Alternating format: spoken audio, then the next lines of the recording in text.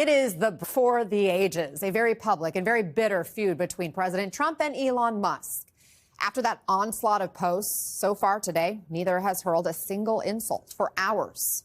On X or Truth Social, each of those platforms owned by one of these two billionaires, well, things turned sour this week really fast for a reason that many relationships began to fall apart over finances. In this case, Trump's one big, beautiful bill.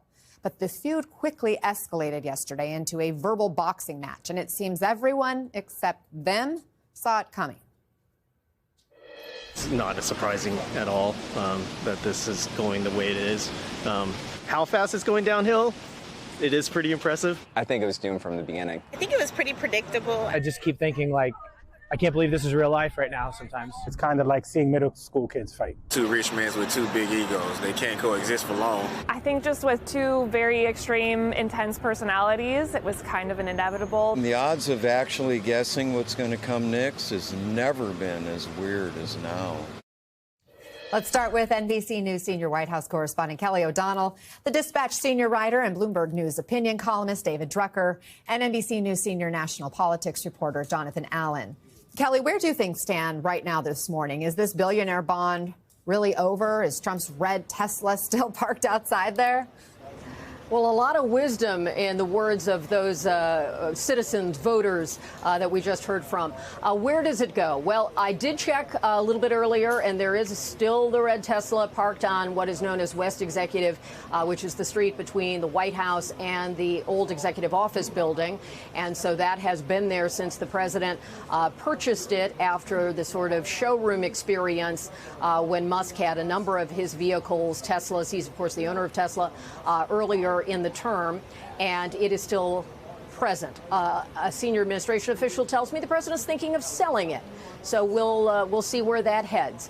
In terms of today, there's been an attempt by certainly officials here to tamp things down, to quiet the rhetoric. Yesterday was a kind of like a summer storm that blew through, and today they'd like it to be a little bit more focused on the underlying issue, which is the big budget bill that the president has on the line. Senate Republicans are working through it, making their changes. It brings so many of the president's priorities to fruition, and Musk is the one, among a few other voices, saying it extends the deficit too much, it is too expensive. He had very specific criticism, and we saw how that all devolved. So it's a quieter moment. Both men are using their social media platforms, but not about each other. And, of course, we all know that that could change at any moment, but there seems to be an effort, at least from the White House side. I've not had a response from Musk-related sources who have not gotten back to me on where he is thinking right now. But from the White House side, I think they want to take a bit of a breather. We don't expect to see the president much today. He will leave later in the day, heading to his New Jersey home. So that'll be an opportunity when he walks to the helicopter. Perhaps he'll have something to say at that point. I mean, Kelly, we all have covered President Trump long enough to know that he's a man who beats to his own drummer and, you know, oftentimes acts on impulse. Is there somebody there inside the White House who can persuade him to rein it in if his advisors and more broadly the administration feels they need to go into cleanup mode? Well, certainly what happens is there's a vigorous conversation where the people that he has put in places around him can certainly hash out what they think is the best course of action for the president. Ultimately, he decides what he wants to do. But when you look at what's at stake here, the president believes very strongly that this piece of legislation is sort of essential for his policy advancements, and so he wants that to get done. And there are certainly a number of things that making the situation worse with Musk don't end well. There are lots of government contracts where Musk businesses are very intertwined in what the government needs to do and can do, and so damaging that has a cost. And obviously Musk has been a prodigious donor to campaigns, and that gives him a separate power base. Not being the president, that's certainly its own central power base, but he's a force to be dealt with. And so President Trump knows that, knows him well, and will try to calibrate as he sees fit with the advice of those around him. So the fact that we haven't heard more from the president so far is an indication that he wants to, at least for this moment, kind of slow roll this situation. David, for President Trump, every relationship's transactional.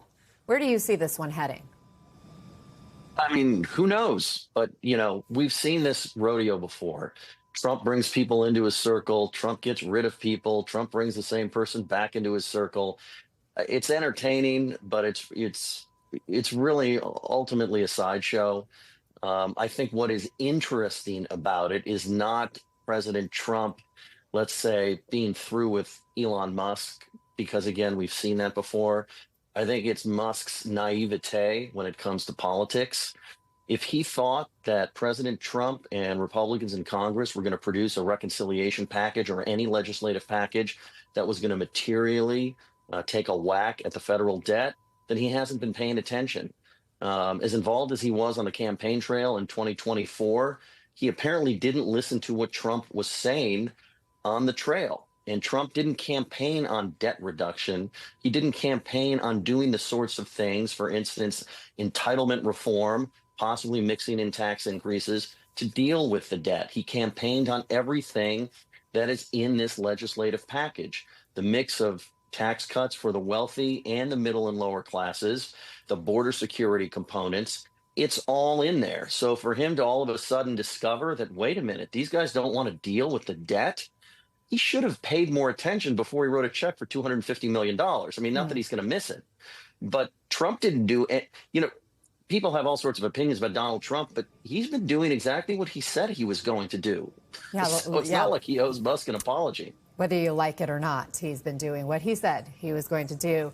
John, what is the impact, though, on American lives if President Trump makes Musk's businesses suffer, as he has been threatening, to cut contracts and stuff? Realistically, what could Trump do? Well, for most Americans, I think it'll have minimal impact. If you're invested in Tesla, that could have an effect. SpaceX is a private company, so you're not going to see investors there hurt. One electric vehicle company being harmed in the market is not going to prevent Americans who want to buy electrical vehicles from finding them. That's certainly the trend that we've seen in the automotive industry of late. So I think for the average person, it makes very little difference, if Musk's businesses are hurt. It makes a big difference for Musk. And it could make a difference for Republicans in Congress. I think David's right about Musk's political naivete and coming into Washington and expecting he was going to be able to, eliminate debt. The reason that we have a debt of $36 to $37 trillion is because that successive Congresses and presidents have found it much easier to spend more and tax less than is needed to keep a budget in balance. But if Musk decides that he's going to go through with this threat to spend money to eliminate Republicans or oust Republicans from their seats if they vote for this bill, then that could be, detrimental certainly to President Trump's attempts to keep control of the House. Speaker Johnson was asked on CNBC this morning about Musk's claim that he's responsible for the GOP's House majority. Take a look. Elon was a big contributor in the last election, but this was a whole team effort. I mean, President Trump is the most consequential political figure of his generation, of modern American history. He is the one responsible for that. David, what could the breakup mean for the overall MAGA movement? I'll note Musk has a new poll pinned to the top of his X page asking if it's time to create a new political party. Look, if Elon Musk decided to take his resources and his voice on social media and put it behind challenger candidates in Republican primaries or even a new political movement, I mean, that would be something to pay attention to because he has the resources to do it and he's got the media platform to promote it. So that's something to watch. But, the Republican Party, the MAGA movement, this is all about Donald Trump. I think that if you want to know what's next for the party and for the president's loyal grassroots supporters, let's talk about who the Republican nominee is going to be in 2028, because it's not going to be Trump. And let's see how long Trump is sort of an influential and sort of the number one figure within the Republican Party, even after they have a new nominee in 2028.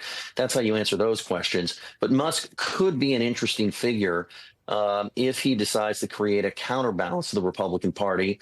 That's something to watch. I'd add here that I think it was just last week that Elon Musk said he was staying out of politics, and he apparently had all the impulse control of my 9-year-old, and this week he's back in politics. So who knows where he's going to be tomorrow.